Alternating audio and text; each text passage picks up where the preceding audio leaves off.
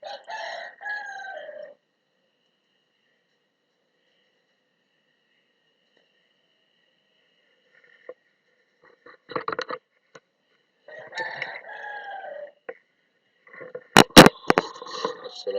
warahmatullahi wabarakatuh.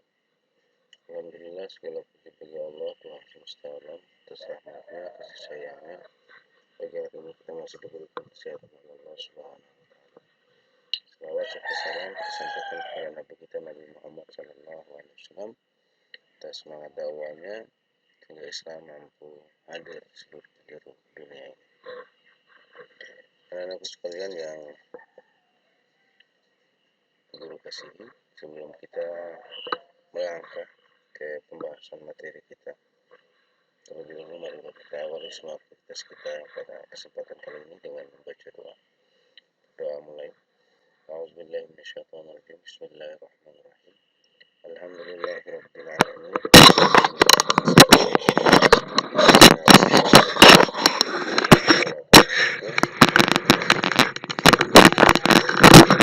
Shiratal ladzina an'amta 'alaihim ghairil maghdubi 'alaihim waladdallin. Amin.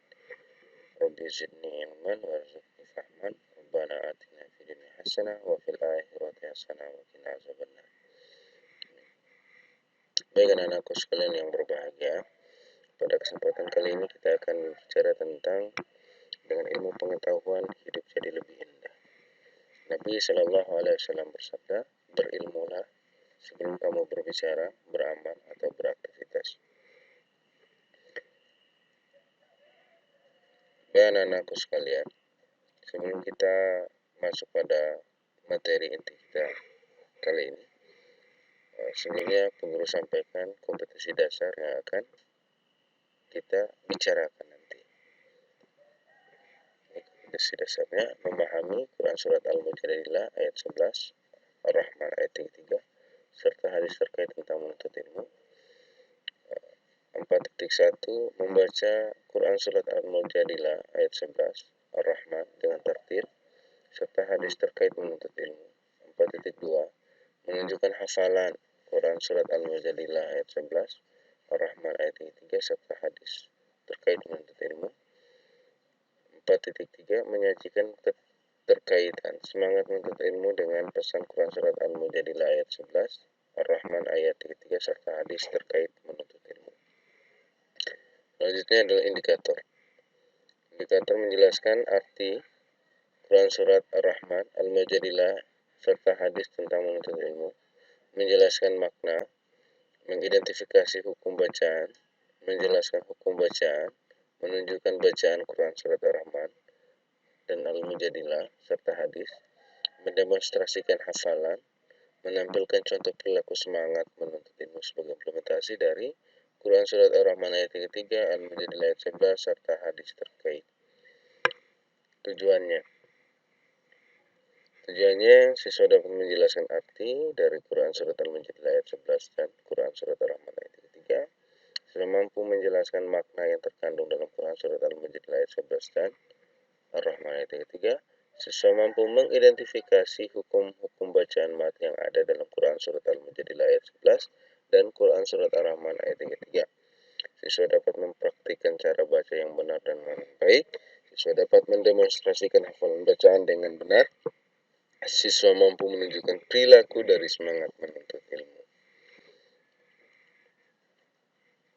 Selanjutnya adalah materi.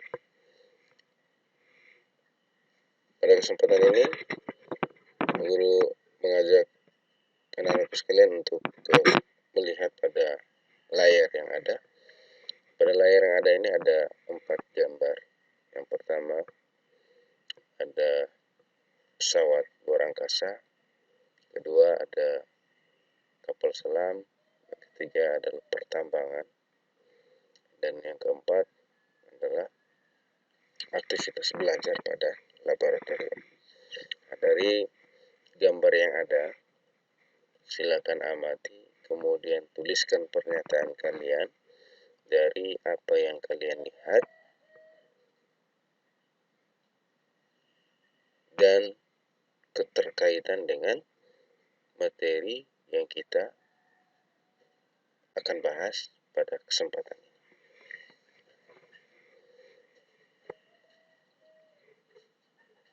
Oke, jika sudah mengamati semua, rekam amatan itu dalam pikiran, kita akan lanjut pada pembahasan yang berikut tentang hukum menuntut ilmu.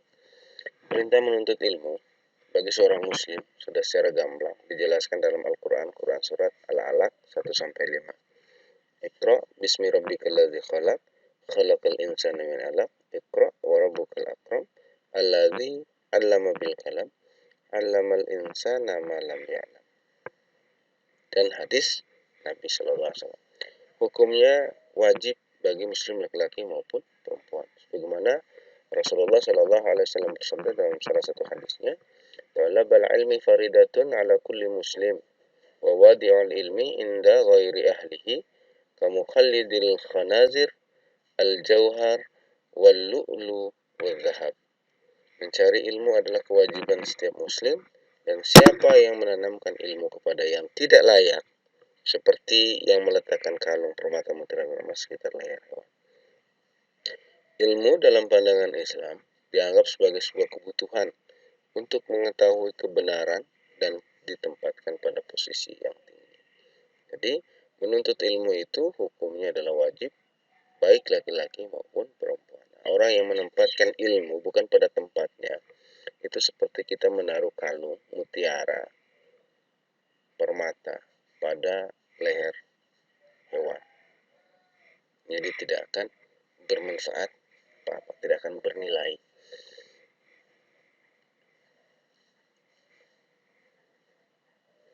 Selanjutnya, hukum menuntut ilmu. Hukum menuntut ilmu ini ada dua, yaitu wajib ain atau fardu ain. Yang kedua ada wajib kifayah atau fardu kifayah. Nah, wajib ain ini adalah menuntut ilmu ditujukan pada setiap individu. Hukumnya wajib. Hal ini berarti tidak akan gugur kewajibannya sebagai individu bila tidak dilaksanakan. Artinya setiap individu kita diwajibkan untuk menuntut ilmu agama. Nah, kewajiban menuntut ilmu agama itu salah satunya ilmu tauhid. Ilmu yang membahas tentang keberadaan ketuhanan, kenabian, dan alam gaib. Kemudian ada ilmu fikih, itu ilmu yang mengupas tata cara beribadah.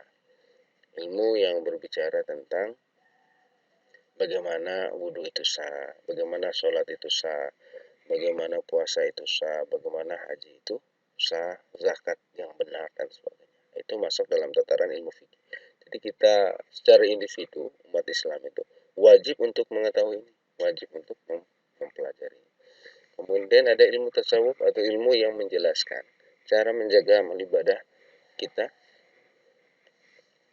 tidak sirna. Kadang kita agak susah untuk menjaga kualitas ibadah kita, maka perlu ilmu yang menjaga semangat beribadahnya kita. Itu salah satunya adalah ilmu tasawuf. Kemudian yang kedua ada wajib kifayah atau fardu kifayah. Nah, fardu kifayah ini adalah fardu kewajiban yang dibebankan pada kelompok muslim, bukan kepada individu muslim. Maksudnya, ilmu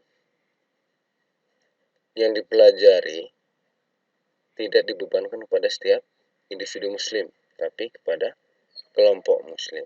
Misalnya, jika satu dari sekian umat Islam ini sudah mempelajari ilmu tertentu, maka yang lain tidak diwajibkan untuk mempelajarinya. Tapi, jika semua umat Islam, semua kelompok muslim tidak mempelajari satu ilmu pengetahuan, maka tanggungan kesalahannya dan dosa itu menjadi milik umat Islam semuanya. Contoh ilmu matematika. Ilmu matematika itu adalah fardu kifayah atau wajib kifayah. Tidak semua umat Islam untuk mempelajarinya. Tidak wajib.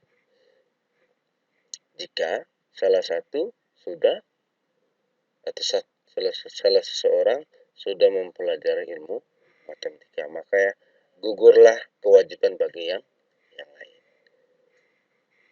Itu. Namun jika ilmu matematika ini tidak dipelajari seluruh umat muslim di dunia ini, maka umat Islam menanggung kesalahan itu, menanggung dosanya. Kenapa? Matematika juga penting karena dia masih berkaitan dengan hitungan matematis pada ajaran agama Islam yang berkaitan dengan topik zakat, zakat fitrah maupun zakat mal. Itu hukum menuntut ilmu. Selanjutnya dalil Al-Quran tentang kewajiban menuntut ilmu. Nah, salah satu dalilnya adalah Quran surat Al-Mujadilah ayat 11. Allah Subhanahu wa taala berfirman, "Ya ayyuhalladzina amanu idza qila lakum tafassahu fil majalis fafsahu yafsahullah fafsahu yafsahillahu lakum wa idza qila ansuzu fansuzu yarfa'illahu alladhina amanu minkum walladzina utul ilma darajat wallahu bima ta'maluna khabir." Hai orang-orang yang beriman, apabila dikatakan kepadamu berlapang-lapanglah dalam majelis, maka lapangkanlah, niscaya Allah akan memberi kelapangan untukmu. Dan apabila dikatakan berdirilah kamu, maka berdirilah, niscaya Allah akan meninggikan orang yang beriman di antara kamu dan orang-orang yang diberi ilmu pengetahuan beberapa derajat.